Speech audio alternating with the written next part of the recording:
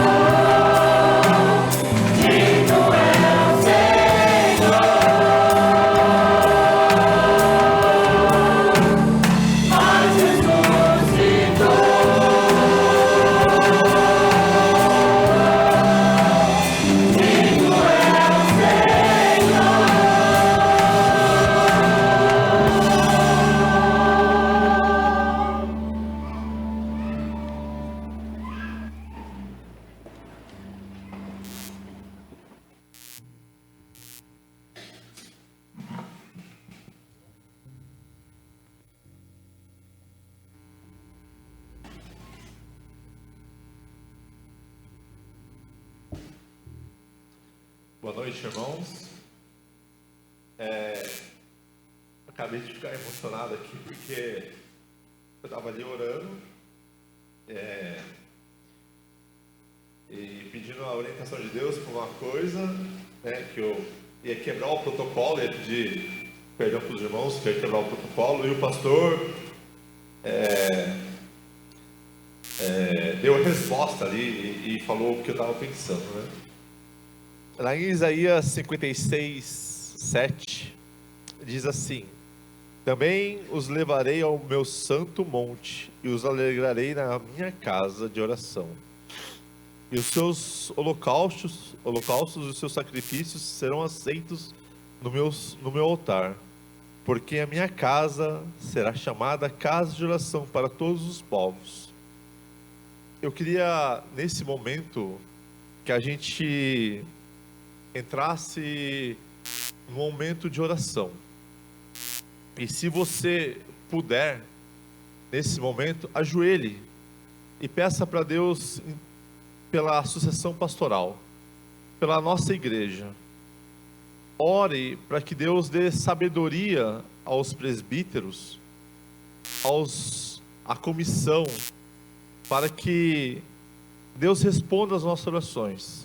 Então eu peço para os irmãos, se vocês puderem, quem puder, se colocar de joelho, crianças, adolescentes, jovens, né? Coloquem de joelho e clame a Deus pela nossa igreja. Se o meu povo, que se chama pelo meu nome, se humilhar e orar e me buscar e se converter dos seus maus caminhos, então eu ouvirei os céus, perdoarei os seus pecados e sararei a terra. Ore pelos presbíteros, pela nossa igreja, pelo pastor que vai vir. Deus já sabe quem é o pastor, né? Que a gente não se engane, que a gente realmente entenda quem ele é. Busque a Deus nesse momento.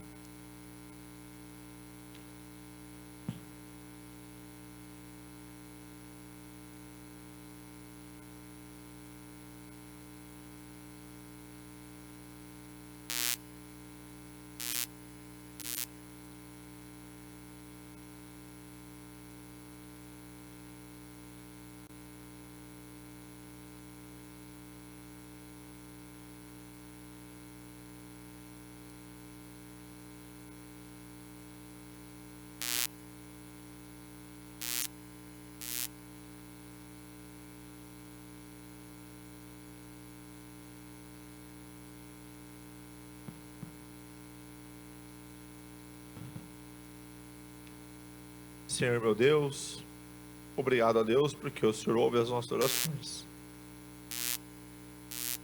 Nesse momento estamos clamando a Deus pela sucessão pastoral. Clamamos a Deus pela essa igreja, ó Deus, que está há mais de 100 anos aqui nesse lugar. Ó Deus, traga o homem segundo o teu coração. Traga um homem, ó Deus, que pregue a tua palavra, que conduza essa igreja, ó Pai, dentro dos teus caminhos. E que essa igreja, ó Deus, continue não desviando nem para a direita nem para a esquerda. Dê sabedoria, ó Pai, aos presbíteros, à comissão. Dê sabedoria à congregação, ó Pai, que irá votar nos nomes, ó Deus.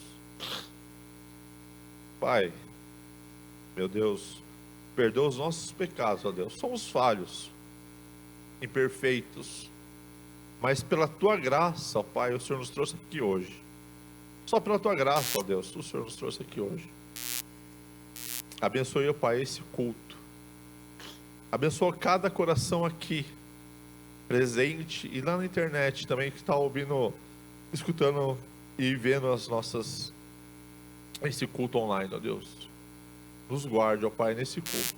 E mais uma vez, ó Pai, obrigado porque o Senhor já ouviu as nossas orações e já vai responder. Em nome de Jesus eu te peço. Amém.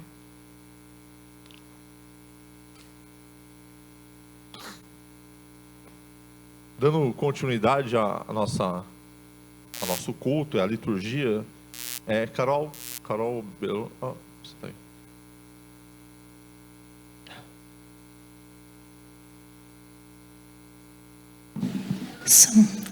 Boa noite, gente, tudo bem? É o seguinte, estamos chegando no nosso 1º de maio, né? Estamos bem próximos, semana que vem, quinta-feira. Então, terminamos um trabalho de Páscoa. Esse ano foi bem pertinho, né? Não deu para fazer muita propaganda. Mas eu gostaria muito de ter o comparecimento dos irmãos. E gostaria de pedir 3 coisas principais. A primeira, alegria. Né? Gostaria de ver famílias lá. Se você não tem alguma pessoa que você mora junto, né? Você está sozinho, chame um amigo para ir com você, né? Nós vamos recebê-lo muito bem. Segunda coisa, um prato salgado.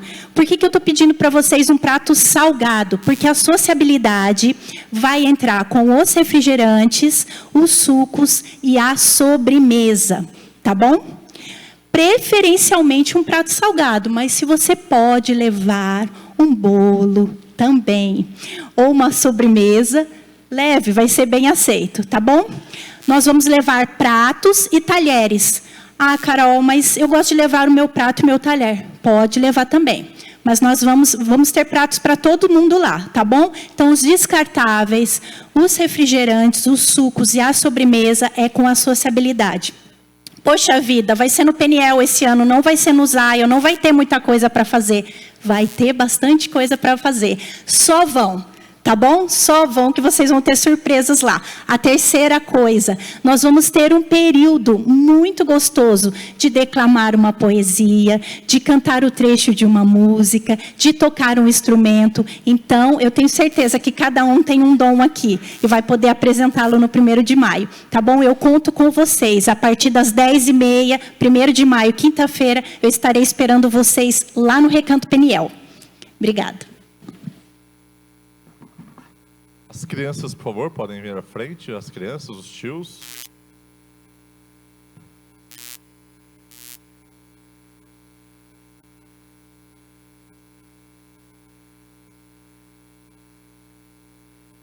Presbítero Fabrício, você pode orar para a gente, pelas crianças, por favor?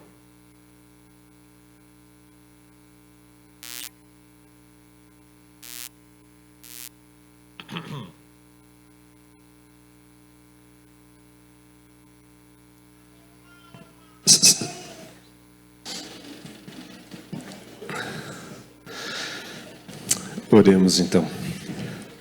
Senhor Deus e Pai, muito obrigado, Pai, por esse dia, pelo que o Senhor está fazendo, ó Deus, em mim, na vida dessa igreja, nesse ambiente, ó Pai.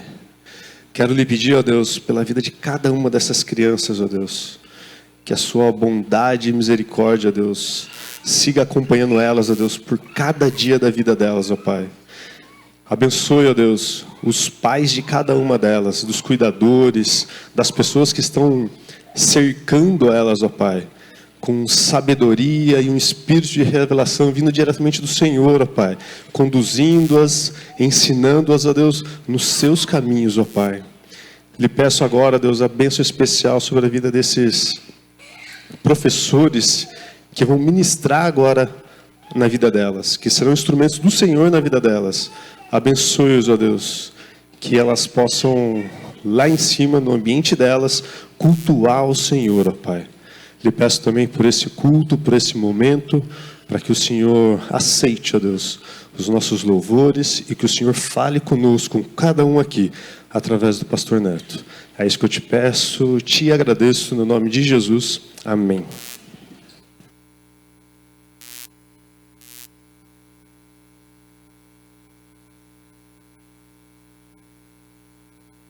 O grupo de louvor pode vir?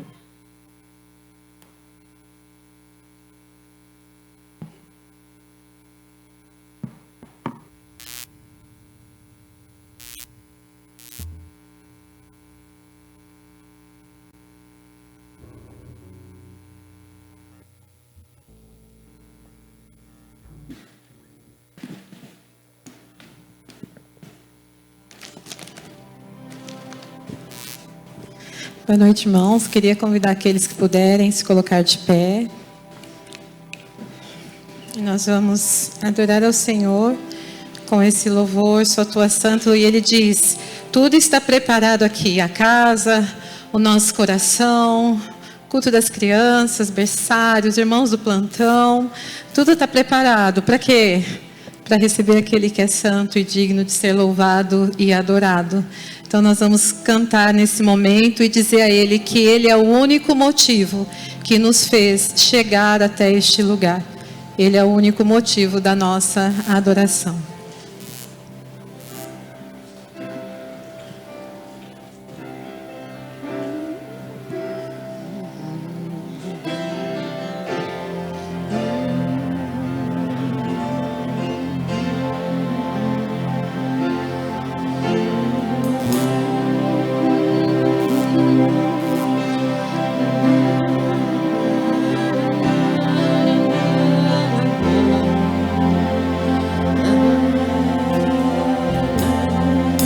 Tudo está preparado. Tudo está preparado aqui. A casa e o meu coração também. Tu és o único motivo que me fez chegar. Nós os filhos já estão chegando aqui. Agora somos 2 ou 3 ou mais. Encontro meu coração disposto a queimar por ti. Todos os versos e canções que eu consegui cantar, todas as vezes quebrantado, só quero te falar que teu é o reino e a glória pra sempre. Teu é o domínio e o poder. Amém. Amém. Que teu é o reino, que teu é o reino e a glória pra sempre. Teu é o domínio e o poder. Amém. Amém.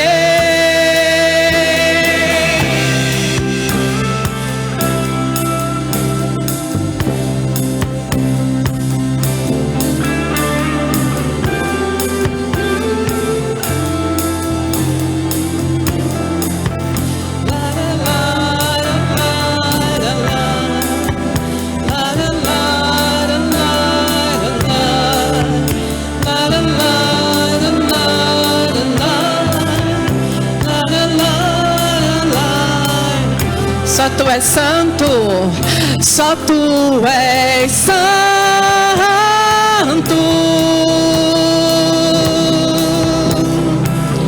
Só tu és santo.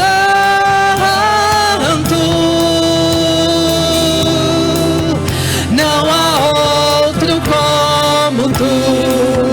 Não há outro como tu. Não há outro como tu. Não há outro como Jesus. Só tu és santo.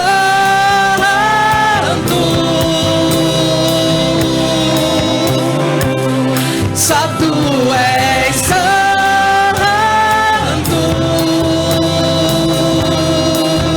Não há outro como tu. Não há outro como tu. Não há outro como tu. Não há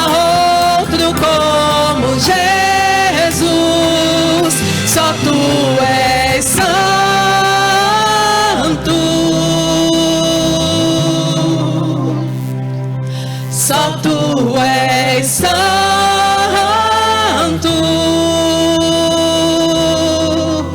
Não há outro como tu. Não há outro como tu. Não há outro como tu. Não há outro como Jesus.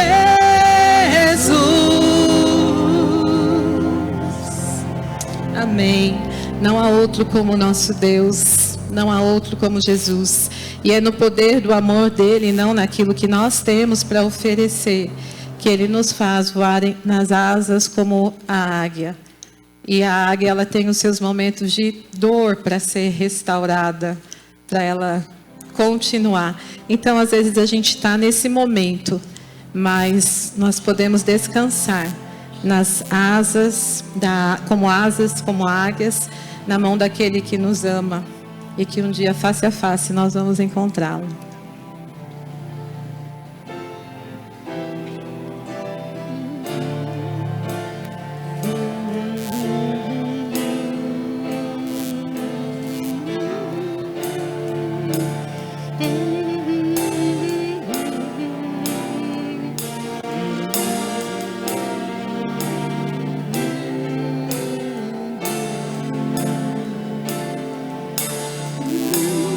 Senhor, eis-me aqui.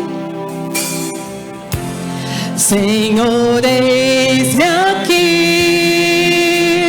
Vem transformar meu ser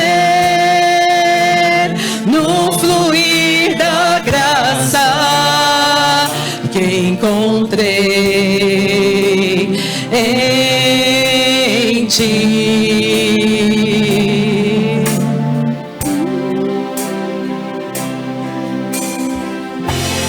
Senhor, descobri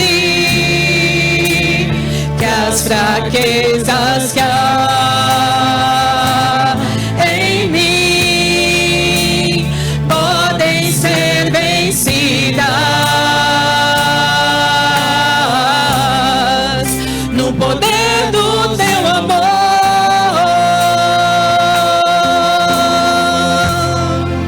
Junto a ti. Junto a ti, teu amor me envolve,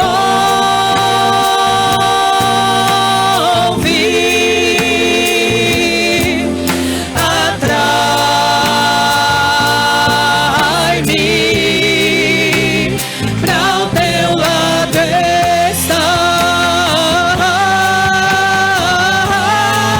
e eu espero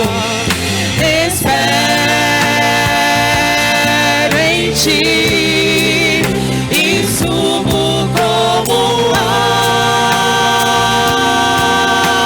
águia nas asas do Espírito.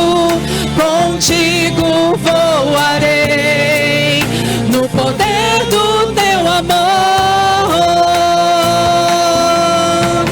Face a face. Face a face, quero ver-te, meu Senhor, e conhecer o amor que habita em mim. Vem nos renovar, Senhor. Vem renovar minha mente em teu querer, meus dias viverei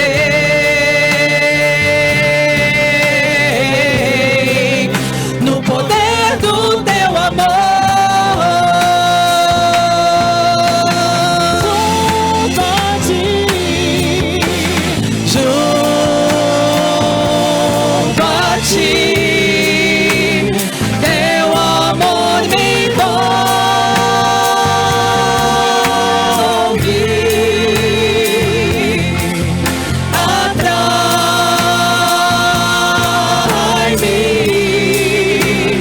pra o teu lado estar.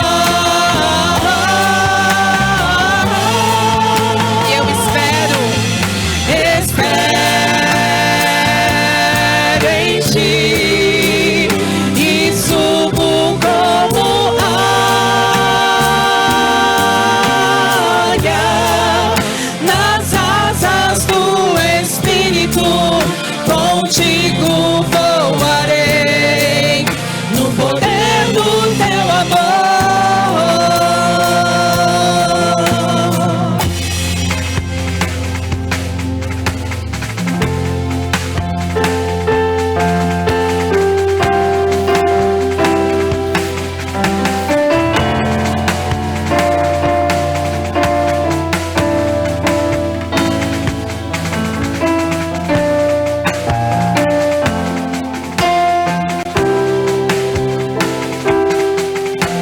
Adoramos o nosso Deus, Ele está presente, aleluia. Deus está no templo, Pai onipotente,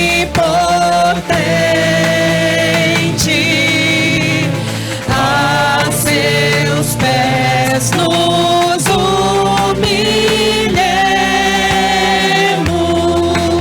Somos servos consagrados,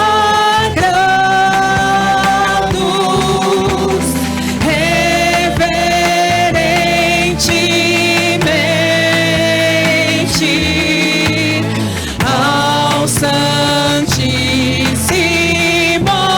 adoremos.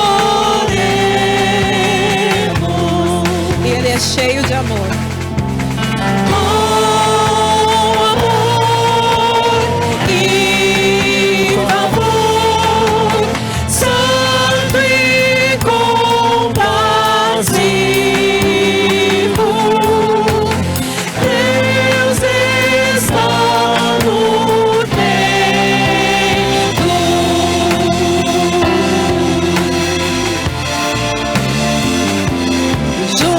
Junto a ti, teu amor me envolve,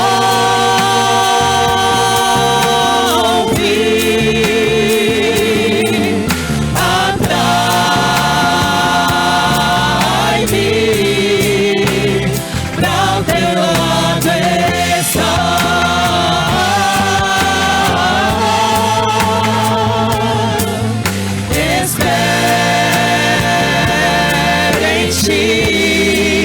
e subo como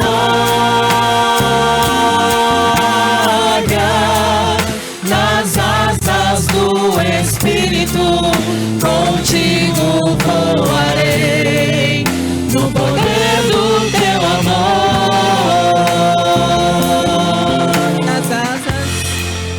Nas asas do Espírito. Contigo voarei no poder do teu amor.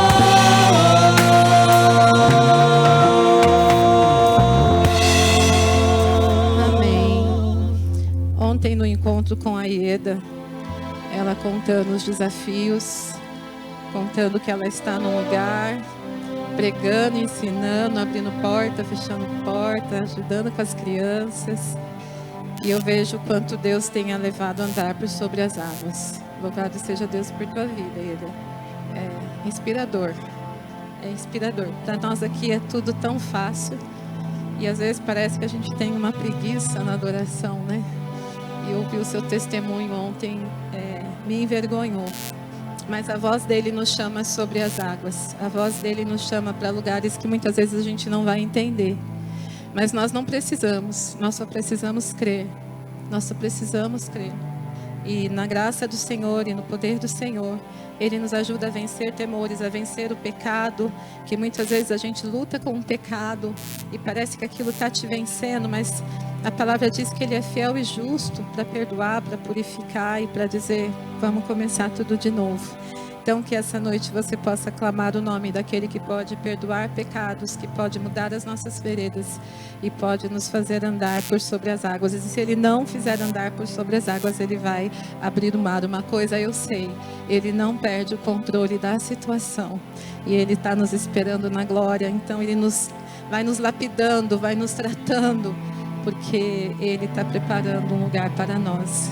Que nessa noite você possa ouvir a voz do Senhor te chamando por sobre as águas.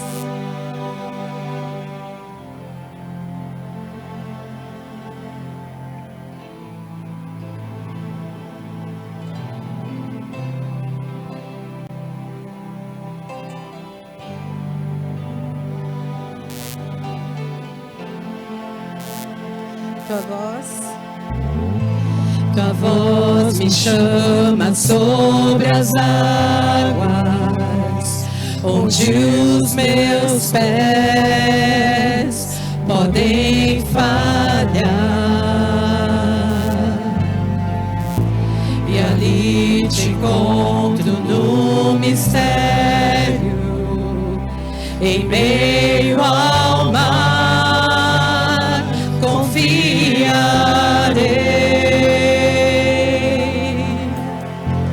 E ao teu nome chamarei,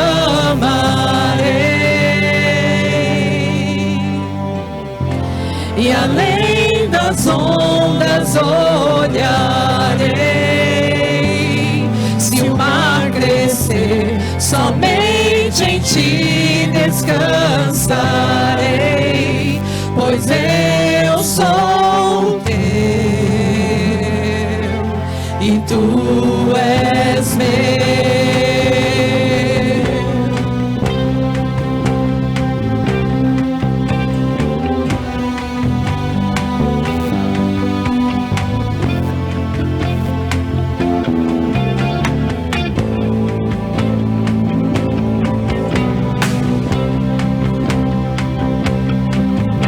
Tua graça cobre meus temores. Tua graça cobre os meus temores, tua forte mão me guiará. Se estou cercado pelo medo, tu és fiel, nunca vais falhar.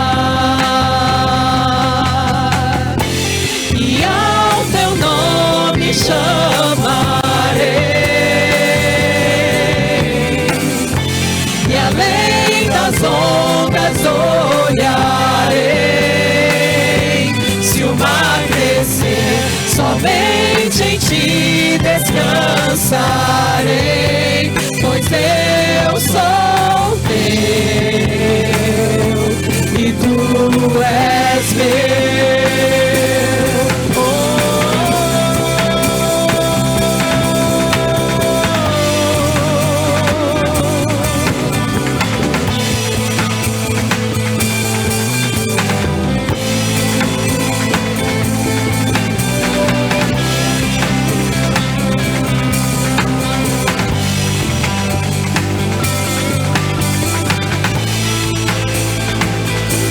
Deus que acalma a tempestade, o Deus que comanda todas as coisas. Ele é o Deus que tem nos guiado, tem guiado essa igreja. E nós temos essa convicção que Ele está guiando a igreja e que Ele tem a escolha do coração dele.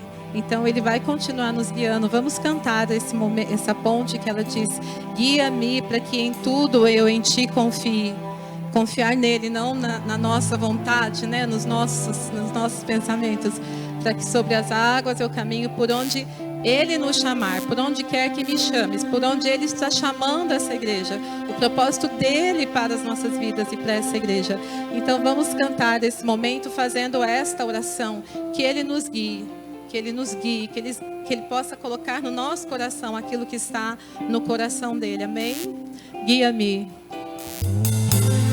Guia-me para que em tudo em ti confie, sobre as águas eu caminhe, por onde quer que me chames. Leva-me mais fundo do que já estive, e minha fé será mais firme, Senhor, em tua presença. Guia-me para que em tudo em ti confie, sobre as águas eu caminhe, por onde quer que chames.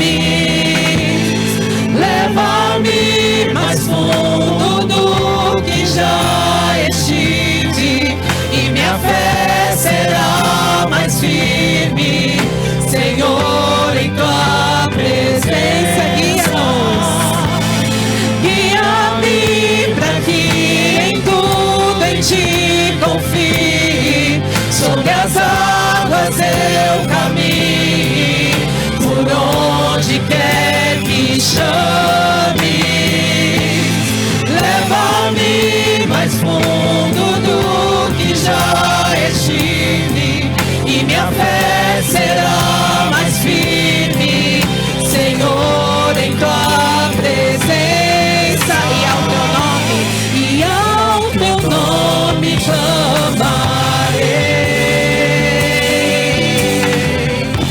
e além das ondas olharei. Se o mar crescer, somente em ti descansarei, pois eu sou teu e tu és meu.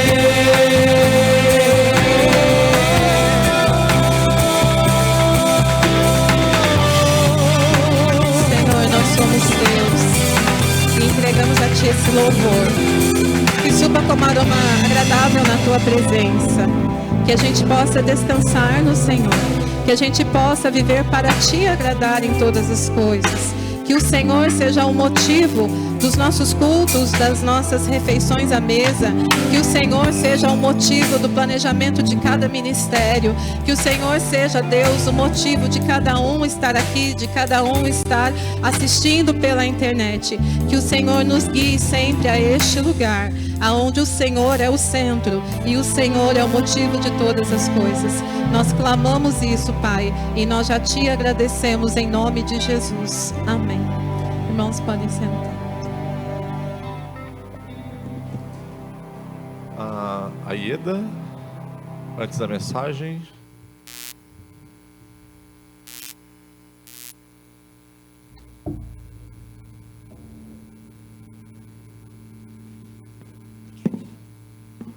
Graça e paz, amada igreja, amém?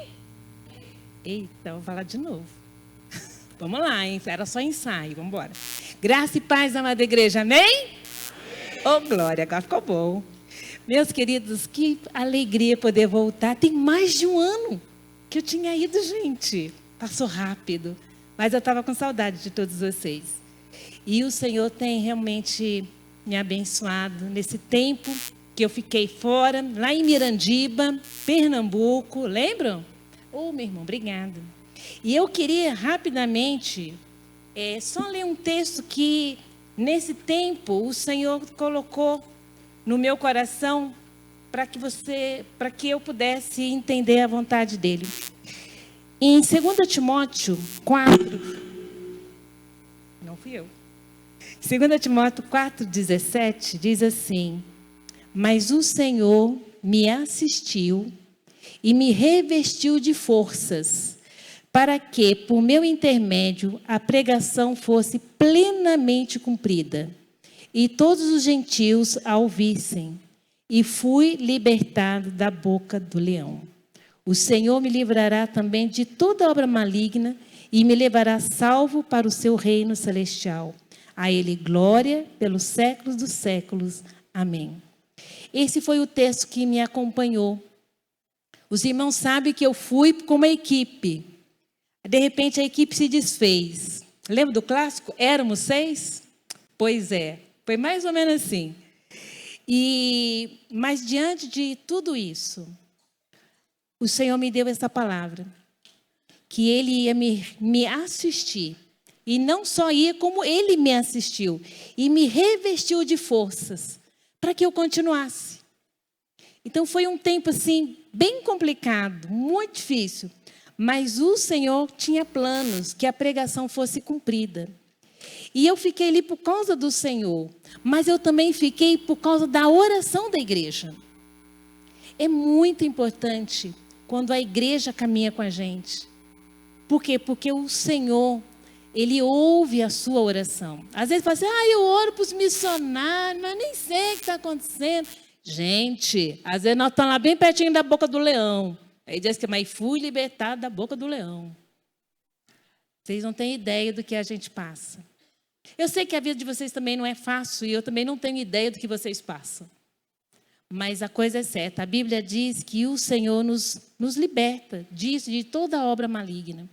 E o Senhor está com a gente. E o Senhor esteve comigo esse tempo. E eu estou aqui para agradecer pelo tempo que eu passei lá, mas com vocês aqui, caminhando comigo, segurando a corda. Lembra de um desenho que eu mostrei a última vez? Uma cordinha assim, e o pessoal segurando a corda.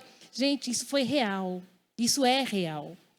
Então, eu estou aqui para agradecer a igreja, agradecer os irmãos que oraram incessantemente por mim, os que mandou recadinho. Né? Eu quero agradecer o Robertinho, que no tempo mais difícil, ele estava lá. E aí, Eda, como é que você está? Está tudo bem? Como é que estão as coisas aí? Gente, que coisa boa. Obrigado, meu irmão. Obrigado.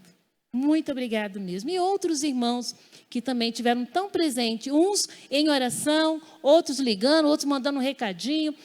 Mas todo mundo estava presente. Né? Muito obrigado. Obrigado pela manutenção que vocês têm feito. Porque quando vocês trazem a minha manutenção, não é só para mim, mas é para a igreja.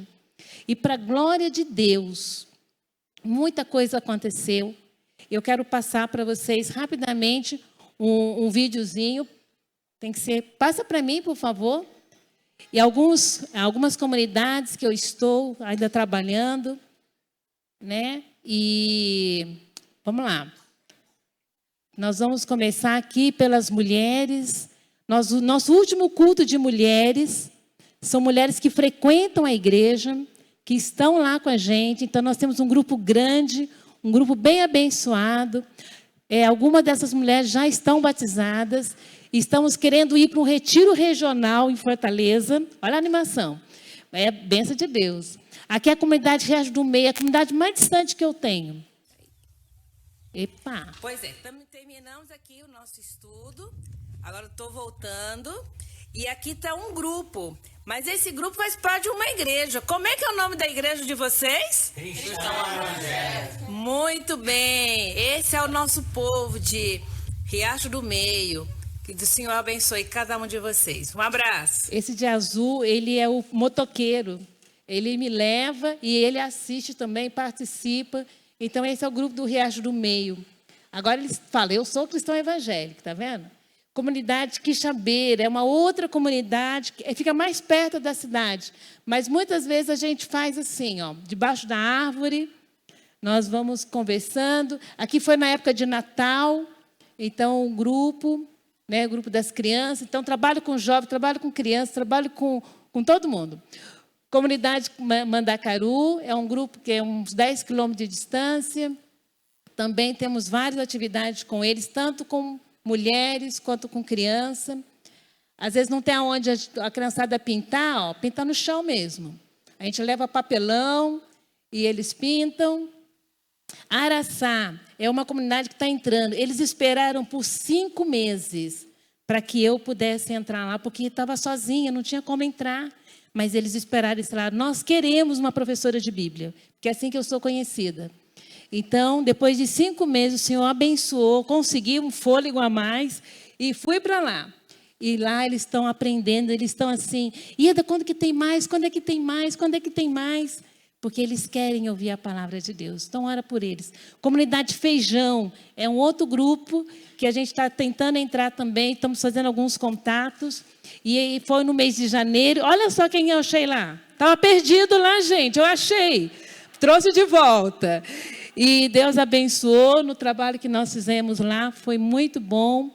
Então, muita criança, né? Muitos adolescentes.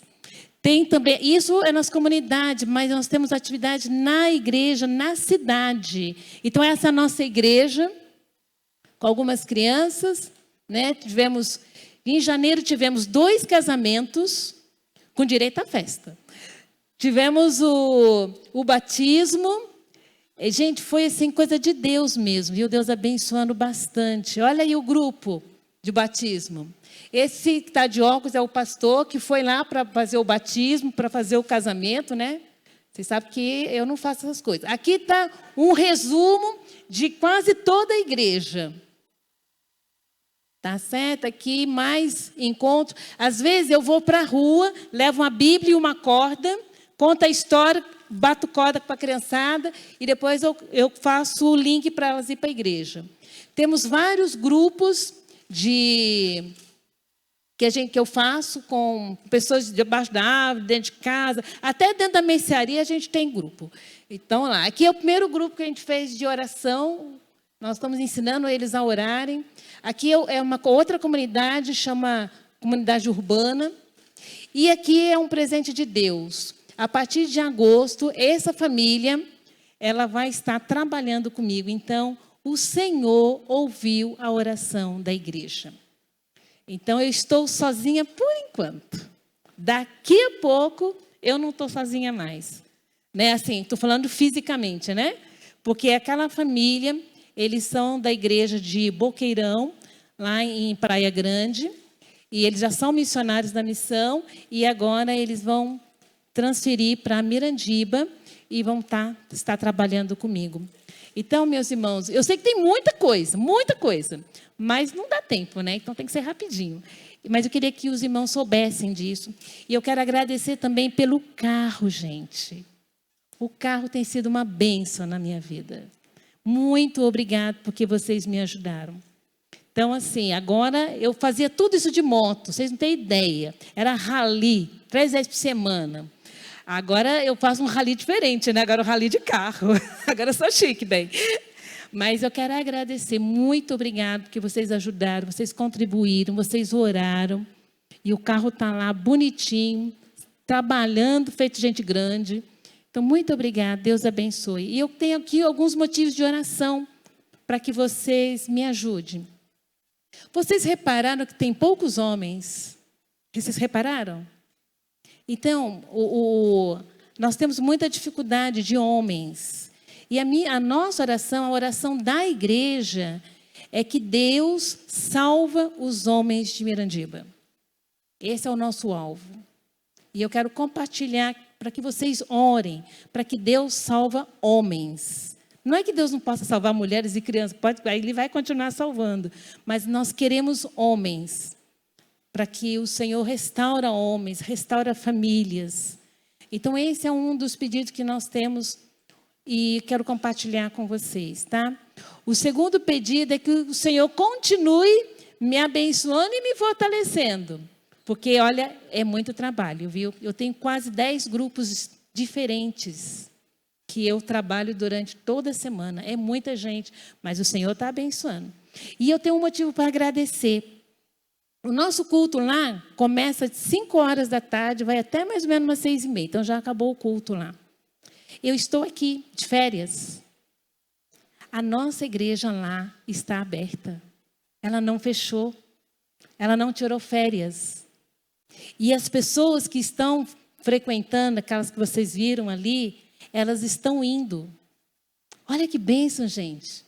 Normalmente, a gente tem uma mania, né? Aquela coisa assim, o pastor não está aqui hoje, eu vou fugir, vou visitar outra igreja, né? Não, eles estão todos lá. Isso mostra crescimento espiritual. Isso mostra que eles têm realmente um desejo de caminhar com Jesus. E eles não faltam. E quando um falta, liga para mim. Oi, eu não pude, sabe por quê? Minha filha ficou doente. Mas eles estão lá. Isso é bênção de Deus. E eu quero assim, me alegrar com vocês. Porque o Senhor é que está fazendo a obra. Então, eu quero agradecer e deixar esses pedidos e esse agradecimento para a igreja. E que vocês continuem realmente orando por nós e orando pelo retiro. Vou levar 6 mulheres. Nós vamos para Fortaleza. Porque o retiro vai ser lá. É a igreja mais próxima que nós temos.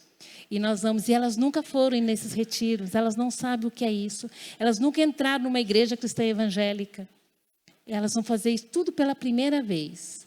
E elas estão orando e elas estão trabalhando para isso. Que coisa linda, né, gente? Que Deus abençoe a vida de vocês, que Deus abençoe a casa de vocês, que Deus abençoe a nossa igreja. Que Deus abençoe para que Deus envie para nós o nosso pastor. Que Deus abençoe. Nós estamos juntos nessa. Vocês estão orando aqui por mim, mas eu oro de lá para cá.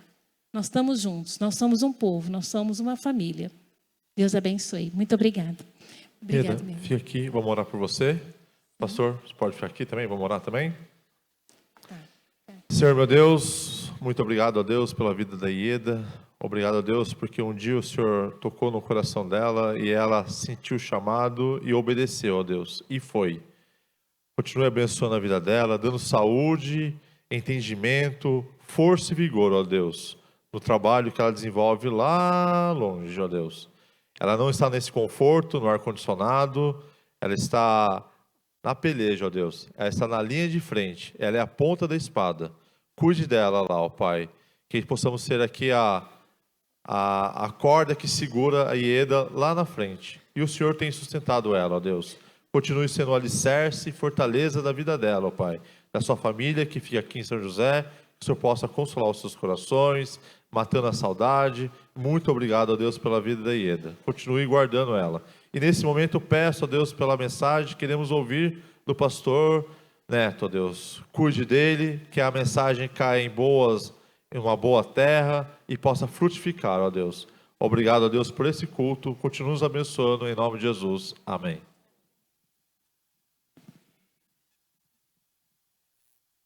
Graça e paz, queridos. Amém? Que alegria estarmos juntos.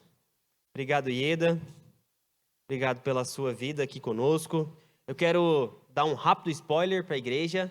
Nós estamos sonhando com uma viagem missionária e vai ser para Mirandiba. Janeiro de 2026, nós vamos estar lá. E se você sonha conosco, vem com a gente nessa. Se você tem interesse, comece a falar, pensar, orar sobre isso. 2ª ou 3ª semana de janeiro. E como é um pequeno spoiler, eu mais à frente darei as informações, preço e data. Tá bom? Abra sua Bíblia então, em Marcos. Nós vamos dar seguimento à nossa exposição bíblica. Como os irmãos sabem, e de conhecimento dos irmãos, sempre gosto de enfatizar isso. Como é bom estarmos juntos para ouvir a palavra do Senhor e principalmente dessa maneira, essa maneira sequencial, essa exposição bíblica. Isso é saudável para a igreja, isso é saudável para o pregador. Nós estamos sujeitos ao texto, então estamos no capítulo 2. Quero fazer também uma rápida menção aqui. Ontem foi a comemoração do aniversário do nosso seminário. Lembram que os irmãos foram lá em Anápolis, em Goiás? E o pastor Vinícius esteve lá pregando, né? A Débora também, não sei se estava lá, mas a Débora também até está, mas não esteve lá, mas está aqui conosco. Débora Coutinho, esposa do pastor Vinícius, que foi pastor dessa casa. Muito bom ter você conosco aqui, minha irmã. E ontem foi o aniversário do nosso seminário, então 87 anos, queridos. Que bênção para a nossa igreja, para a nossa denominação, essa capacitação para os obreiros. Que bênção é. O nosso seminário é uma bênção, e eu que passei por lá sei que é uma bênção. 87 anos, e Deus tem sustentado aquela casa. E que as nossas orações possam ser para que Ele continue sustentando aquela casa, aquele modelo internato que faz tão bem ao obreiro. Vamos lá então? Já cantamos, já tivemos palavra de oração, e que Deus possa nos conduzir nesse texto. Marcos, capítulo 2, verso 1 ao 12. O texto diz assim, da mesma maneira como nós estamos, mas com muita reverência à palavra do Senhor. O texto diz assim: Dias depois, entrou Jesus de novo em Cafarnaum, e logo ocorreu que ele estava em casa. Muitos afluíram para ali, tantos que nem mesmo junto à porta eles achavam lugar, e anunciava-lhes a palavra. Alguns foram ter com ele, conduzindo um paralítico. levado por 4 homens. E, não podendo aproximar-se dele por causa da multidão, descobriram o eirado no ponto correspondente ao que ele estava e, fazendo uma abertura, baixaram o leito em que jazia o doente. Vendo-lhes a fé, Jesus disse ao paralítico: Filho, os seus pecados estão perdoados. Mas alguns escribas estavam assentados ali e arrazoavam em seu coração: Por que fala ele deste modo? Isso é blasfêmia. Quem pode perdoar pecados, senão um, que é Deus?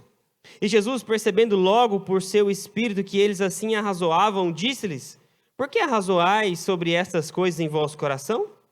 Qual é mais fácil? Dizer ao paralítico: Estão perdoados os teus pecados? Ou dizer: Levanta-te, toma o teu leito e anda? Ora, para que saibais que o Filho do Homem tem sobre a terra a autoridade para perdoar pecados, disse ao paralítico: Eu te mando, levanta-te, toma o teu leito e vai para a tua casa. Então ele se levantou e no mesmo instante, tomando o leito, retirou-se à vista de todos, a ponto de se admirarem todos e darem glória a Deus, dizendo: Jamais vimos coisa assim. Nós então estamos dando sequência ao nosso texto.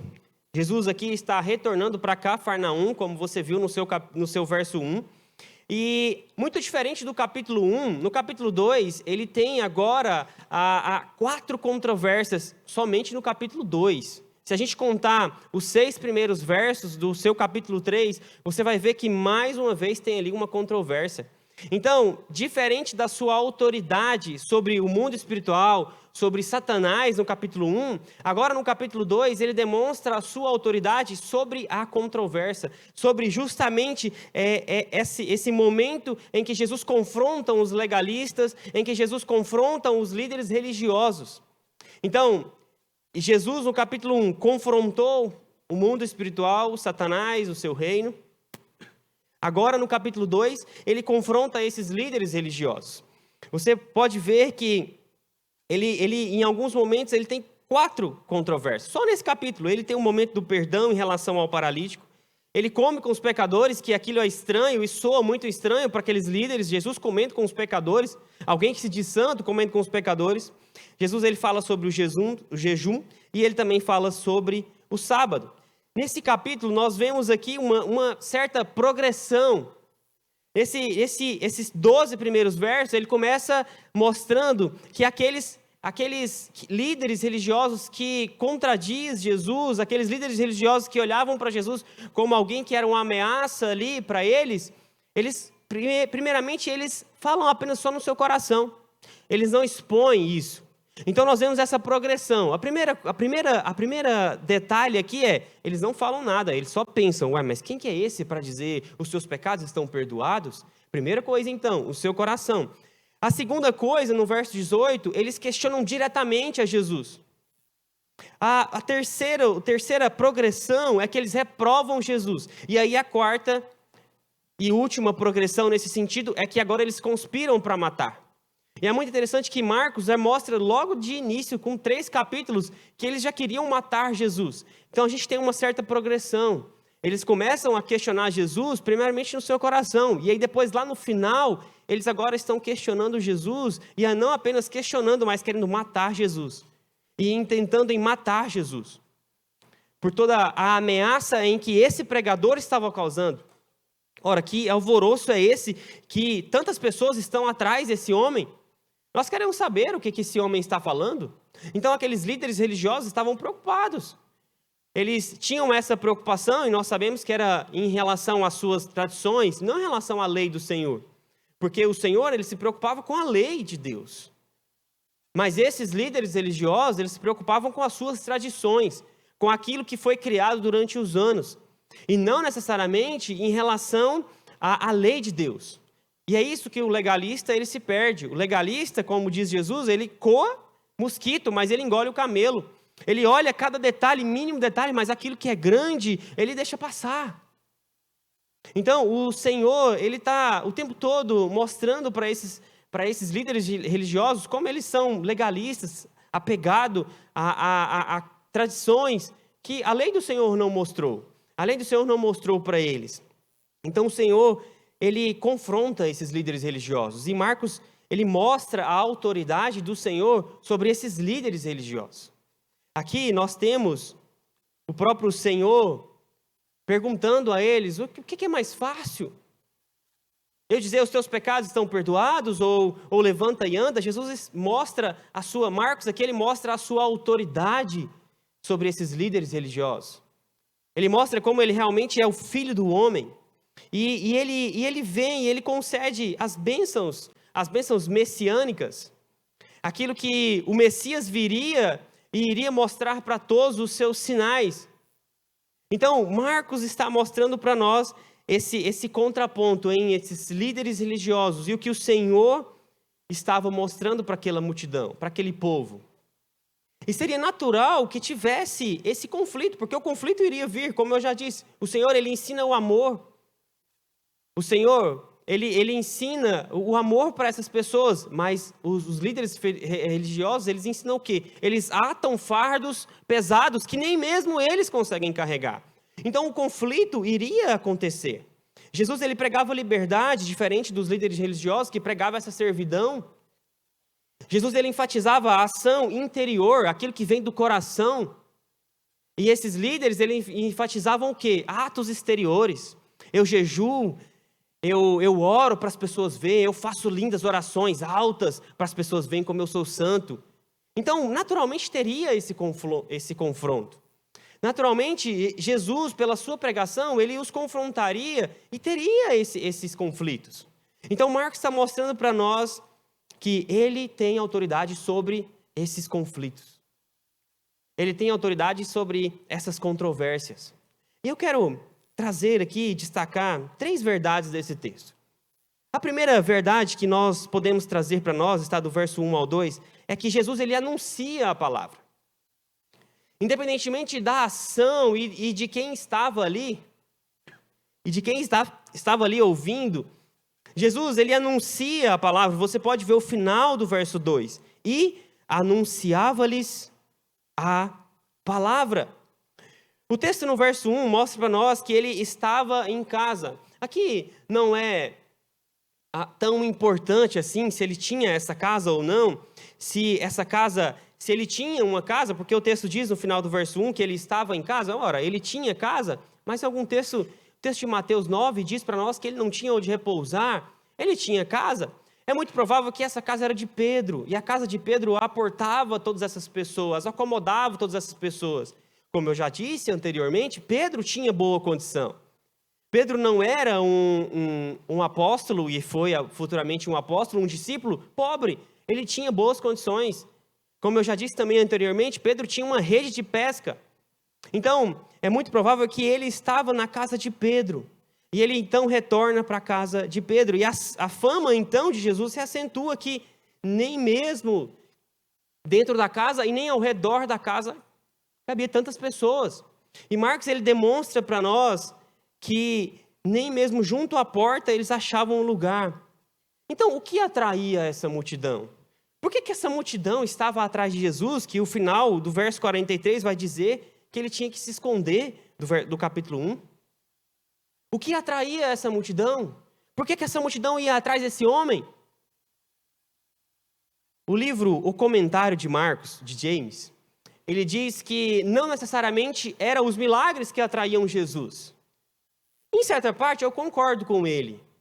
Mas nós sabemos do coração humano. Em certa parte, por quê? Porque é lógico que aquelas multidões ali não eram atraídas pela palavra. Você acha mesmo que as pessoas estavam ali para ouvir uma doutrina do Senhor? Todos que ali estavam? Eu concordo com ele em certa parte, porque eu acredito que ali poderiam ter pessoas que queriam ouvir essa doutrina, queriam ouvir essa palavra, e não necessariamente pelos milagres, por aquilo que ele poderia oferecer a eles. Mas eu acredito que essa multidão, ela era composta então de curiosos que ali estavam só para ver o movimento. Essa multidão também era composta naqueles que estavam interessados na doutrina, na palavra, e também aqueles que queriam os milagres apenas. Nós sabemos do coração humano, e nós sabemos como o coração humano é corrompido por essas palavras que sempre tem algo a mais. Uma palavra que toca o seu coração, uma palavra que mexe com o seu ego. Isso atrai a gente, é natural. Nós somos atraídos por isso, por esse movimento. E aquele mesmo movimento que acontecia naquela época é a mesma coisa que acontece hoje. Coisas miraculosas, isso atrai as pessoas. A multidão, o que atraía essa multidão, com certeza sim, tinham alguns ali que estavam interessados no milagre de Jesus, naquilo que ele poderia oferecer para as pessoas. Independentemente, então, daquele público, Jesus não se importa com isso. Ele prega a palavra. Ele anuncia a palavra, e Marcos mostra isso para nós. E anunciava-lhes a palavra. Independentemente da multidão, independentemente do que eles estavam interessados ou não em Jesus, independentemente se eles estavam ali para ouvir a palavra, se eles estavam ali por mais curiosos que sejam, Jesus anuncia a palavra, Jesus prega a palavra. E é justamente isso que ele diz no verso 38 do capítulo 1, o porquê que ele veio. O verso 38 diz a nós: vamos a outros lugares, às povoações vizinhas, a fim de que eu pregue também, pois para isso é que eu vim. Ou seja, ele veio para pregar a palavra. Então, independentemente de quem estava ali, do que atraía essa multidão, Jesus anunciava-lhes a palavra. E Marcos gosta da multidão, gosta de citar a multidão. Só para os irmãos terem noção, antes do capítulo 10, Marcos cita 40 vezes multidão. Ele gosta muito de enfatizar como a multidão estava atrás de Jesus. Então, independentemente do que tinha nessa multidão, de corações que estavam ali, querendo o próprio Jesus, querendo a sua doutrina, com sede da palavra, ou querendo os milagres, Jesus prega a palavra. Jesus, ele não perde tempo, ele não tem tempo a perder. Ele veio para cumprir a missão, como diz o verso 38, e ele prega a palavra. Queridos, é por isso que nós precisamos aproveitar as oportunidades que temos para pregar a palavra. Independentemente do nosso público. Nós não podemos simplesmente julgar pelo público e dizer: ah, não, esse povo aqui não está interessado em nada, o que é que eu vou falar? Prega a palavra. Prega a palavra. Independentemente da multidão, independentemente dos interessados ou não, independentemente dos curiosos ou não, Jesus faz o quê? E anunciava-lhes a palavra. Ele pregava esse evangelho que compõe o verso 15 do capítulo 1. Arrependei-vos, o reino do Senhor está próximo. Em nosso dia a dia, queridos, nós temos a oportunidade de pregar a palavra. O quanto nós, como igreja, estamos sensíveis para pregar a palavra. O quanto as oportunidades que o Senhor nos dá, nós estamos sensíveis para abrir os nossos olhos e prestar atenção nas oportunidades que nós temos. Nós temos a oportunidade diariamente de pregar a palavra. E eu tenho falado isso de forma veemente aqui, que pregação da palavra tem muito mais a ver com o que está no nosso coração. Aquilo que arde no seu coração, aquilo que queima no seu coração. Porque se você não anuncia a palavra, é porque isso não queima no seu coração, é porque isso não arde dentro de você. Porque se isso queima dentro do seu coração, você fala, você aproveita. Você entende que estar dentro de um Uber, estar num supermercado, num caixa do supermercado, estar em qualquer oportunidade, estar em qualquer trabalho, ambiente de faculdade, de escola, você entende que isso, Deus te colocou ali para pregar a palavra. Independentemente do público, pregue a palavra. Independentemente daqueles que estão ao seu redor, pregue a palavra. Anuncia a palavra. Por exemplo, no nosso culto de aniversário que acontece aqui da cidade, aniversário da cidade, as pessoas que aqui estão, elas vêm aqui para ouvir a palavra? Os líderes políticos, eles se arrumam e vêm aqui e com o pensamento de: eu estou indo àquela igreja para ouvir a palavra do Senhor. É essa a intenção que eles vêm aqui? Com certeza não. Mas qual a nossa obrigação? Pregar a palavra. Eles estão aqui, eles não estão interessados em mudar de vida, talvez? Alguns sim.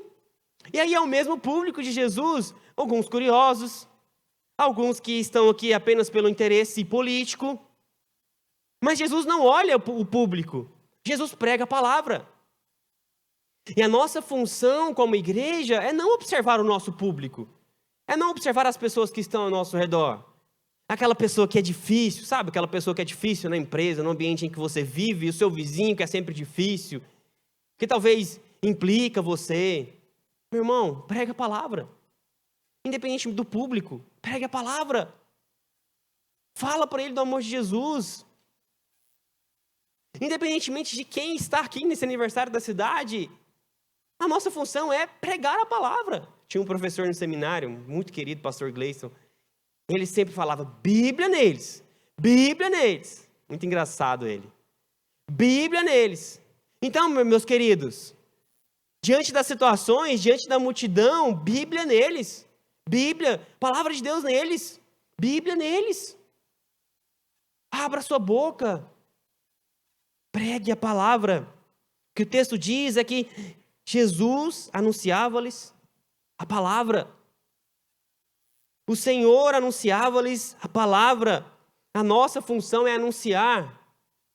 Seja num velório, num casamento, no aniversário. As pessoas ali estão, no aniversário, por exemplo, as pessoas ali estão para ouvir a palavra? Não. Mas pregue a palavra. Aproveite as oportunidades que você tem. Pregue a palavra.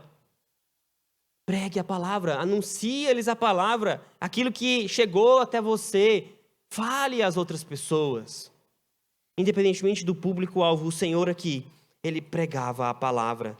A segunda verdade que nós temos aqui é que nós precisamos de amigos que nos levam para Cristo. Do verso 3 ao 4, nós vemos esses homens aí se esforçando para levar o paralítico até Jesus. E é desses amigos que nós precisamos. E é esse amigo que nós precisamos ser. Amigos que nos levam para próximo de Jesus. Que tenhamos amigos que nos levam para perto de Jesus. O texto aí diz 4 homens. O texto em nenhuma dos evangelhos, seja Lucas, seja Mateus, eles não dizem que eles são amigos, mas é muito provável, e aqui há um consenso entre os comentaristas, de que esses homens eram amigos desse paralítico. Então aqui nós chamamos de amigos porque entendemos que pessoas assim, um esforço desses homens que eles fizeram, teriam, e muito provável, seriam amigos dele. Seriam amigos desse paralítico. E aí o texto diz, no verso 4, em que eles descobriram esse eirado, muito provável um telhado plano, e ali, aquele local em que eles descobrem ali, aquele local que eles cavam ali, um local de barro e palha ali, natural da Galileia, palhas da Galileia mesmo, e eles então abrem isso e descem então o paralítico. Olha o esforço que esses homens fizeram.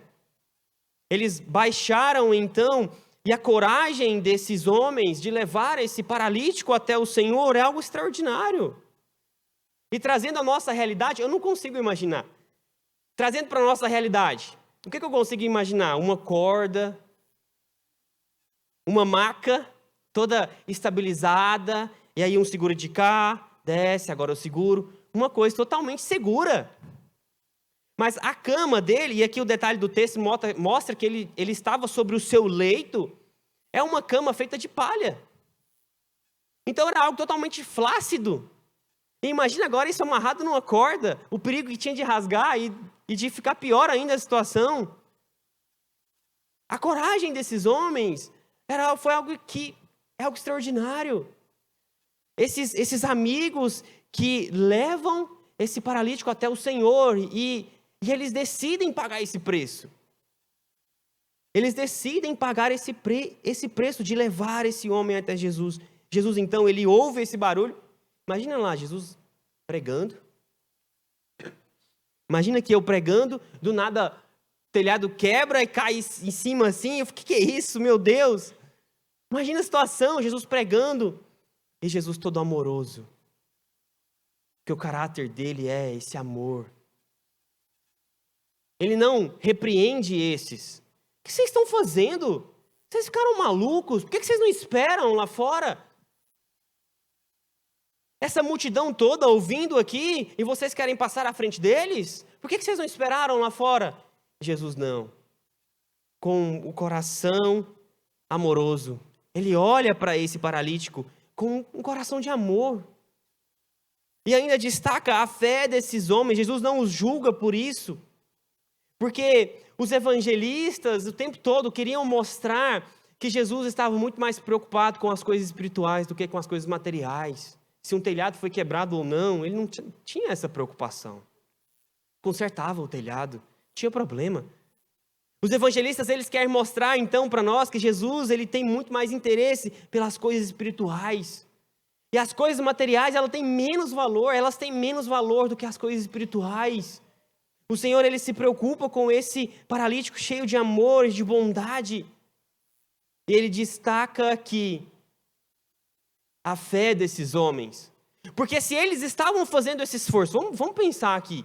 Se eles estavam fazendo esse esforço, é porque eles sabiam que ele era a solução. Porque um esforço tamanho desse mostrava então que eles confiavam em Jesus. E é por isso que Jesus destaca essa fé deles. Porque eles sabiam que ele era a solução. Então, independentemente do que iria acontecer, eles tinham a fé que ele resolveria o problema. E aqui vale amarrar então a corda, independentemente do que nós vamos fazer. Vale a pena, porque ele é a solução. E esse tem que ser o nosso pensamento, queridos. Ser esse amigo que levam as pessoas até Cristo e ter amigos que nos levam até Cristo. Ser esse amigo que levam as pessoas a Cristo e ser levado pelas pessoas por esses amigos. Nós precisamos ter amizades que nos levam a Cristo, porque Cristo é a única solução para nós. Cristo é a solução para os nossos pecados, a solução para a nossa vida. Nós precisamos desses amigos e de companhias que nos levam para próximo do Senhor.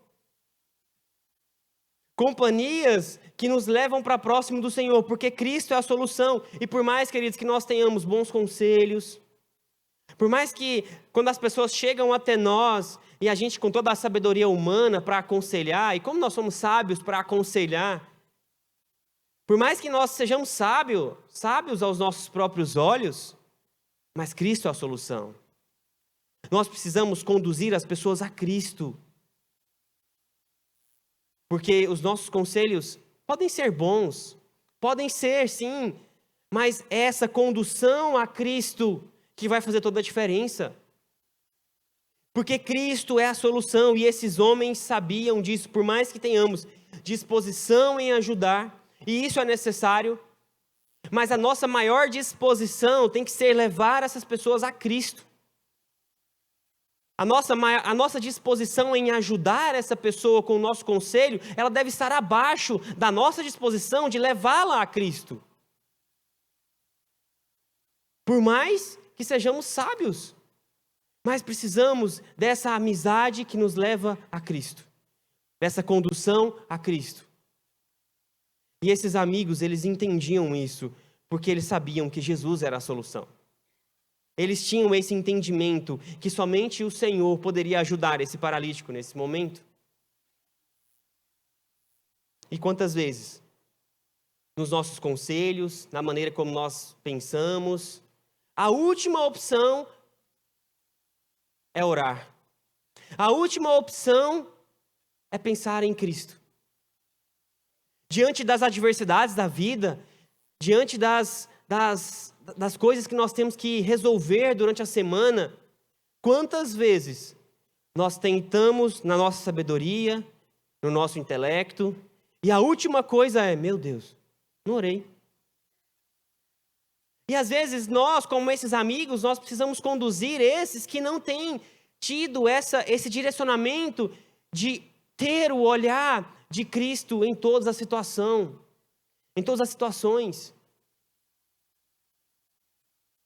Precisamos ser esses que traz talvez a lucidez para as pessoas que passam por momentos de dificuldade, E aqui, essa amizade envolve esse não cristão e envolve o cristão. Não estou falando da amizade que você vai abrir o seu coração para essa pessoa. Mas em alguns momentos, nós como igreja do Senhor, nós como irmãos, falando de irmão para irmão, nós deparamos com situações em que o nosso conselho se sobressai, a nossa sabedoria se sobressai. E a última coisa que nós lembramos de fazer é: você orou por isso? Você foi direcionado a ter esse momento de oração? E é nesse momento que nós, como irmãos, precisamos agir. Meu irmão, tudo isso, Deus não saiu do controle. Deus continua governando a sua vida. É trazer essas pessoas à lucidez. E assim nós estaremos levando essas pessoas e conduzindo-as a Cristo. Esses amigos cheios de coragem levaram esse paralítico ao Senhor, porque Ele é a solução. E por mais que dentro de uma amizade exista bons conselhos, mas a nossa saída tem que ser Cristo. Por mais que tenhamos bons conselhos, mas conduza-os a Cristo. Precisamos de ser esses amigos que levam outras pessoas a Cristo. Precisamos ser esses que conduzem outras pessoas a Cristo. Quantos momentos de ansiedade, de depressão, de choro. Quantos momentos que às vezes um amigo, um irmão em Cristo está passando e a última coisa, e a última opção é a oração, sendo que deveria ser a primeira. Então você, como esse irmão em Cristo, você deve conduzi-lo a Cristo. Ei, meu irmão, Deus está governando a sua vida e você pode estar conduzindo essa pessoa a Cristo. E podemos também conduzir não cristãos a Cristo. Estou dizendo que você vai ter então a amizade com esses que não são crentes, abrir o seu coração para esses que não são crentes e depois conduzir a Cristo? Não. Precisamos ser esses que conduz, que prega a palavra, que anuncia a palavra e que conduz esses ao Senhor, porque o Senhor é a solução. Queridos, cada vez mais cresce o número de suicídio, de depressão, de ansiedade, cada vez mais cresce esse número. E nós precisamos ser esses que conduzem esses ao Senhor, porque eles estão vazios, eles estão chorosos, porque eles não conhecem o Senhor, e nós precisamos desse esforço de levar esses e conduzir esses ao Senhor, porque isso gera esforço. Vocês acham que a maneira como aqueles amigos fizeram não gerou ali um esforço? E para conduzir as pessoas a Cristo, gera esforço. É um preço a ser pago. E nós precisamos pagar esse preço para que as pessoas sejam alcançadas pelo Senhor. Nós precisamos ter essa disposição, pagar esse preço, porque conduzir as pessoas a Cristo exige esforço e dedicação. Não é simples conduzir alguém a Cristo. Não é simples levar alguém a Cristo. Não é simples. É um preço a ser pago. É oração. É um preço que vamos pagar, mas nós precisamos estar dispostos a pagar esse preço de conduzir o pecador a Cristo. De conduzir o pecador a Cristo. A terceira e última verdade desse texto, está no 5 ao 12, é que a pior doença da humanidade é o pecado. Jesus, então, como já dito, ele não olha com esse olhar julgador. O que vocês estão fazendo aqui? Muito pelo contrário, o Senhor admira, então, a fé dos amigos e a fé também do paralítico. A fé que Marcos enfatiza para nós aqui não é apenas dos amigos, mas é do paralítico também. Porque imagina só, você está disposto a descer pelo que quer que seja ali. Então você também teve essa fé, esse paralítico, ele teve essa fé e o Senhor destaca isso. E aqui o Senhor diz algo que espanta ali os líderes religiosos. No verso 5 ele vai dizer: filho, os teus pecados estão perdoados. Mas ele não era um paralítico? O que ele precisava naquele momento? O que o paralítico precisava nesse momento? É de ouvir: filhos, os teus pecados estão perdoados? Mas o Senhor diz algo que espanta a multidão, que quebra o protocolo ali dos líderes farisaicos. E aqui muitos associam essa doença, porque principalmente ali no primeiro século, em relação ao judaísmo, tinham essa crença de que o pecado deles era porque pelo fato dele ser paralítico, é porque ele tinha pecado. E aqui nós excluímos totalmente essa ideia, porque o Senhor não diz: os teus pecados estão perdoados, porque ele era paralítico, porque ele era pecador e por isso ele era paralítico. Jesus não está dizendo: os teus pecados estão perdoados porque ele tinha pecado e porque ele pecou ele era paralítico. Não, aqui exclui totalmente essa ideia. E era tão real isso, porque os irmãos lembram que lá em João 9,2, os discípulos perguntam: mestre, quem pecou, este ou seus pais, para que nascesse cego? Os discípulos falando em relação a um cego: quem pecou, ele ou seus antepassados? Percebe que tinha essa tradição de que pelo fato das pessoas ser paralítico, cego, o que for da deficiência, era em relação ao pecado dela. Mas Jesus aqui não diz: os teus pecados estão perdoados por conta disso. E por que eles entendem isso como algo, uma blasfêmia? Porque Jesus aqui, ele não foi acusado pelos escribas por estar reivindicando ser Deus, mas porque ele agiu como Deus. E aí, por conta de um texto de Levítico, ali a partir do verso 10 em diante, se você quiser ler depois, você vai ver que eles que observavam a lei sabiam disso. Mas por que ele está dizendo: os seus pecados estão perdoados? Ele está agindo como Deus, e pelo fato dele agir como Deus, isso é blasfêmia. Isso é blasfêmia. Ele age como Deus, ele não pode falar: os teus pecados estão perdoados. Ele está agindo como Deus. E era essa reivindicação ali daqueles escribas, daqueles líderes farisaicos. O Senhor, então, no seu próprio nome, ele perdoa o pecado daquele paralítico. Porque ele é Deus. Jesus, ele não diz então: não, peraí, vocês entenderam errado. Eu não falei que seus pecados estão perdoados. Não falei isso, não.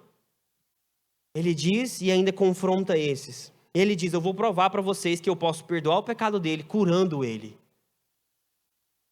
Isso contrasta então totalmente com a fé daqueles que levaram e conduziram esse homem a Jesus. E por que o Senhor, ele diz: o que é mais fácil? O que é mais fácil eu dizer? Os seus pecados estão perdoados? Ou levanta e anda? Vamos pensar no âmbito superficial. O que é mais fácil eu dizer? Vou falar para o Josué. Josué, imagina que ele é um paralítico. Josué, os teus pecados estão perdoados.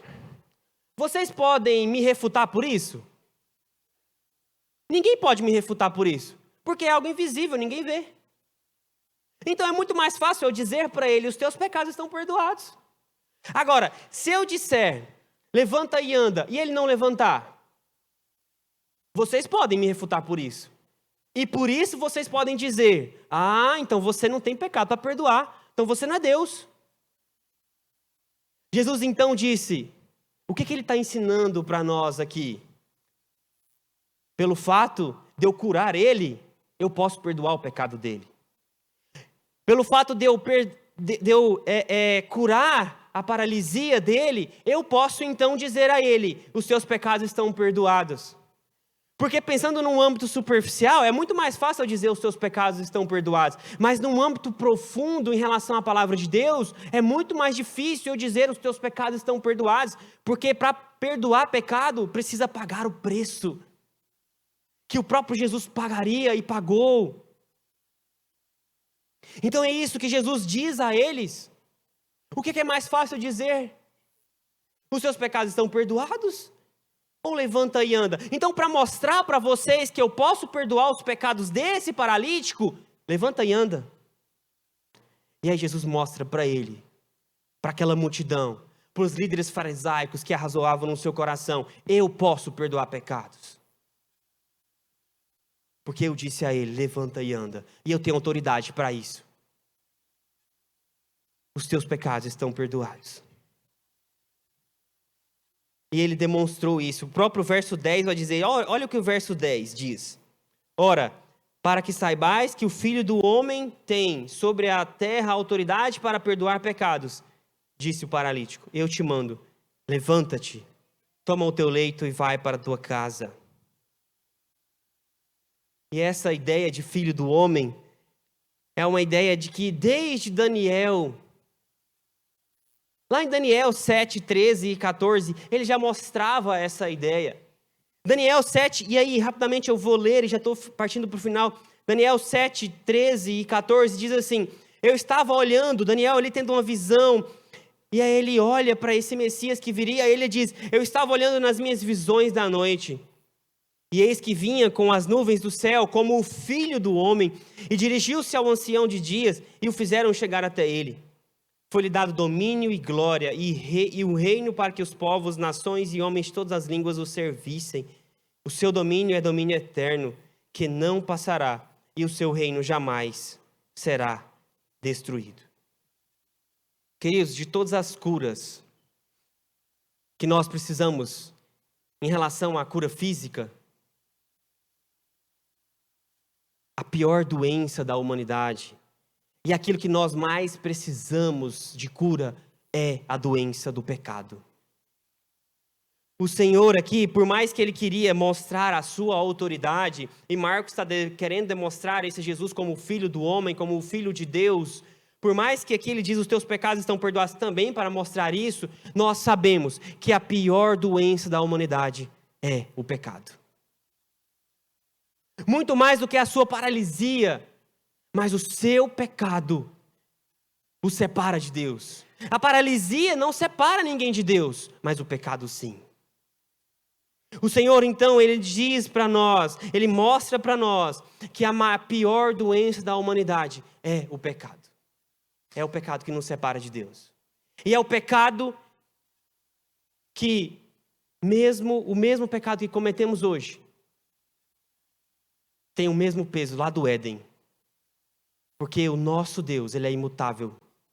O nosso Deus continua o mesmo. O nosso Deus continua irado contra o pecado. O nosso Deus ainda se ira e ainda continua irado contra o pecado. É por isso que a pior doença da humanidade é o pecado. Muito mais do que as bênçãos materiais, as bênçãos da cura física daquele paralítico, o Senhor se preocupa com as bênçãos espirituais.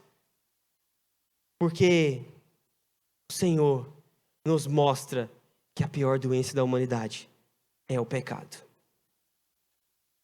E ele se apresenta como esse que perdoa os pecados. Porque ele sabia que ninguém poderia se achegar a ele. Se achegar ao Pai dele. Ao nosso Deus. Por mérito próprio. E é por isso que ele se oferece como esse que perdoa pecados. E eu quero concluir, queridos, dizendo que o perdão do Senhor, ele nunca vem sozinho. Olha que fantástico. Olha para o seu verso 5. Ele diz, vendo-lhes a fé, Jesus disse ao paralítico, filho. Ele diz, filho. O perdão dos pecados nunca vem sozinho, porque ele apaga completamente os nossos pecados e até aqueles que virão pela frente. O Senhor não é esse que nos julga, que aponta o dedo da nossa cara e diz, você é pecador, os seus pecados estão perdoados. Vai, levanta e anda, sai daqui, dá licença. Ele não é esse, mas é um Jesus amoroso, que diz, os teus pecados estão perdoados. Ele nos ama, ele nos abraça como um pai carinhoso, um pai amoroso, que nos perdoa. E por isso ele chama o paralítico de filho. Porque ele nos abraça com um amor protetor. Um amor paternal. E é essa a certeza que nós temos quando o Senhor diz a nós, os teus pecados estão perdoados, meu filho. Você é meu. E é esse perdão que ele nos oferece. Um perdão de um amor paternal, de um amor fraterno. de um amor que toca onde ninguém toca, de um amor um amor que toca onde nenhum remédio toca, de um amor que nos sara, que nos limpa. É esse amor que não vem sozinho, é esse perdão que não vem sozinho, mas é esse perdão de um pai amoroso e cuidadoso. E é por isso que ele diz, filho. Não é um perdão julgador, porque ele esquece todos os nossos pecados, ele lança no mar do esquecimento, e ele diz, os teus pecados estão perdoados, eu não me lembro de mais nenhum do que você fez. Romanos 8:1 diz, agora pois, já nenhuma condenação há para os que estão em Cristo Jesus, de pecadores, de separados, agora somos filhos de Deus. É esse amor que nos alcançou. É esse amor que quer alcançar o seu coração, se você ainda não tomou uma decisão por Cristo. É esse amor. É esse amor de um pai que é amoroso, que está disposto a perdoar o seu pecado e que está disposto a não apontar o dedo na sua cara pelo que você já fez na sua vida pregressa, mas ele está disposto a dizer, filho, os teus pecados estão perdoados. Você é meu filho. É esse amor. É esse amor de um pai amoroso, de um pai cuidadoso que nos perdoa, que nos ama. E como nós já iniciamos quebrando o protocolo, eu quero desafiar você agora. Você que não é filho ainda. Você que ainda não entregou a sua vida a Jesus. Você que ainda não tomou uma decisão por Jesus. Você que quer passar desse pecador separado da glória de Deus para sempre, para filho. Se coloque de pé, eu queria orar. Nós queríamos orar por você. Você que entende que é um pecador e que ainda não entregou, ainda não tomou a sua decisão por Cristo. Você que entende que ainda não é um filho do Senhor. Você que entende que ainda precisa de uma decisão na sua vida. Se coloque de pé que nós queremos orar por você. Há alguém aqui nesta noite que ainda não tomou essa decisão em Cristo? Que ainda se considera sujo e precisa ser lavado pelo sangue do Cordeiro? E que precisa dessa decisão de um filho separado, de um filho não, de alguém separado e agora se torna filho? Há alguém aqui que quer tomar essa decisão? Se não, nós vamos orar. Mas não perca essa oportunidade. Não perca essa oportunidade de um Jesus, do nosso Deus, que perdoa pecados e que torna você um filho amado e querido. Abaixe sua cabeça, vamos orar.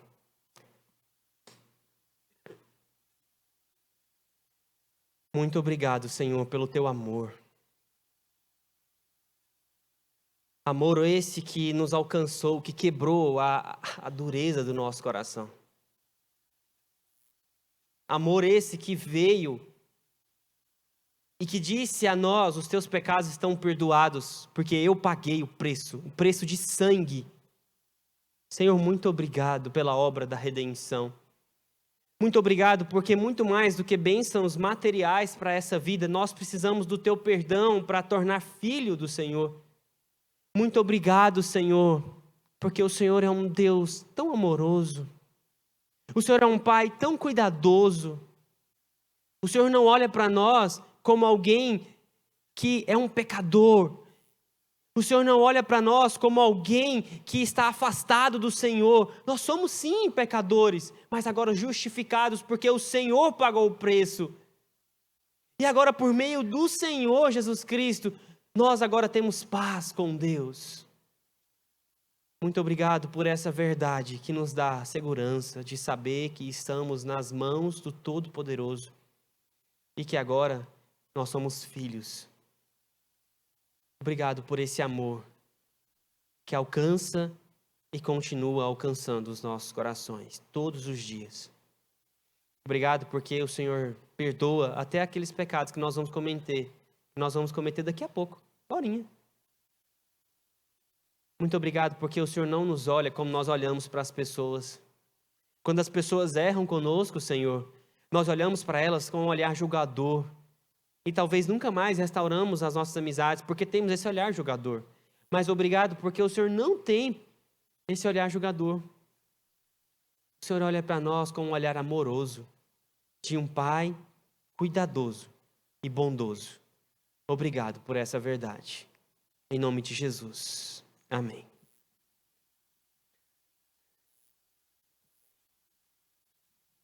Estamos chegando ao final do nosso culto. Convido o presbítero Eduardo Castelo, por favor, poder orar para a gente, encerrando o culto. E após a oração, o pastor Petra Brenson. Não esquecendo da nossa reunião de oração, às quartas-feiras. Obrigado, Eduardo. Todos, por favor, fiquem de pé, quem puder. Vamos encerrar o culto. Obrigado. Somos agradecidos, ó Pai, pela palavra que tivemos, nos alertando sobre o nosso dever em reconhecer a soberania de Cristo em nossas vidas. Que a Tua graça nos alcance sempre, que possamos sair daqui levando esta mensagem àqueles que ainda não têm Cristo como seu Salvador. Abençoa-nos, Senhor, no decorrer dessa semana. Somos muito gratos porque o Senhor tem dirigido as nossas vidas. Abençoe a nossa igreja, a direção. Todos nós possamos sempre estar retos diante de Ti. Que possamos testemunhar o Teu nome onde quer que estejamos. Guarda-nos no decorrer dessa semana. Eu peço agradecido em nome de Jesus. Amém. Que a graça e a paz do nosso Senhor e Salvador Jesus Cristo, o amor de Deus Pai e as ternas consolações do Espírito Santo de Deus repouse sobre a sua vida e sobre todo o povo de Deus espalhado por toda a terra, hoje e até a volta gloriosa do nosso Senhor e Salvador Jesus Cristo. Amém. Uma excelente semana a todos. Eu aguardo vocês na porta central, que eu quero cumprimentá-los.